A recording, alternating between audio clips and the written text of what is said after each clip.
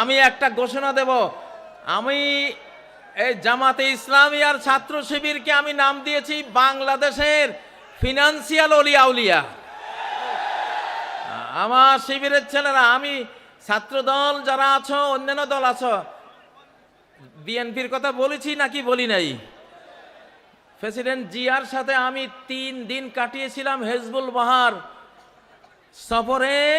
11 তলা যে জাহাজটা ছিল চিটাগাং, এখানে এসেছিলাম 1981 সালের 19, 20, 21 জানুয়ারি।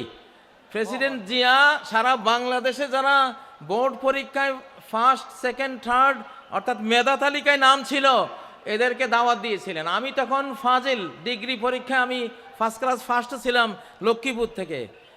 তো আমি জিয়াকে দেখেছি, জিয়া কতটা আলিম ওলামাদেরকে ভালোবাসতেন। হেজবুল বাহারে প্রথম যে বৈঠকটা উনি করেছিলেন, প্রথম বৈঠকে প্রেসিডেন্ট জিয়া বলেছিলেন, আমার মৌলভী সাহেবরা কোথায়? উনি মাইক নিয়ে বিসমিল্লাহির রহমানির রহিম বলে এই কথা বলেছিলেন, আমার মৌলভী সাহেবরা কোথায়? আমরা জানলাম যে আমরা আছি, আমরা 14 জন ছিলাম।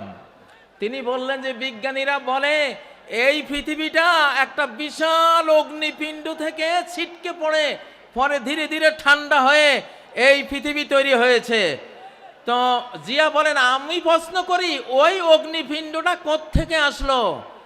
অগ্নিপিণ্ড থেকে ঠান্ডা হয়ে পৃথিবী হলো, অগ্নিপিণ্ড কোত্থেকে আসলো? তিনি বলেন যে এটার জবাব বিজ্ঞানীরা দিতে পারে নাই, এটার জবাব দিয়েছে আমার মৌলভী সাহেবরা। জিয়া বলতেছে, মৌলভী সাহেবরা আপনারা কি উত্তর দিয়েছিলেন? আমি দাঁড়িয়েছিলাম যে আমরা উত্তর দিয়েছিলাম খালাকাস সামাওয়াতি ওয়াল আরদ, আসমান জমিন কে সৃষ্টি করেছেন? ক্রিয়েটর আল্লাহ। তাহলে জিয়াকে যারা সামনে নিয়ে আজকে রাজনীতি করেন, তারা অবশ্যই আলেম বান্ধব হতে হবে। ইসলামী রাজনীতি এই দেশে স্বাধীনতার পরে 5 বছর বন্ধ ছিল, জিয়া এটাকে চালু করেছে। আল্লাহ জিয়াকে রহমত করুন, আমরা দোয়া করি। যারা বিএনপি করবেন, জামাতের সাথে আপনাদের শত্রুতা চলবে না। যারা বিএনপি করবেন, হেফাজতের সাথে আপনাদের শত্রুতা চলবে না। আমরা দেখছি,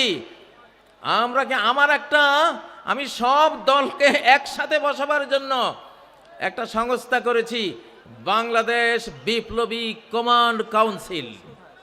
বলো, বাংলাদেশ বিপ্লবী কমান্ড কাউন্সিল। আমি ওখানে বিএনপিকে বসাতে চাই, জামাতকে বসাতে চাই, হেফাজতকে বসাতে চাই, আরো চরমনায় আছে তাদের, যারা যারা রাজনীতি করেন সবাইকে বসাবো।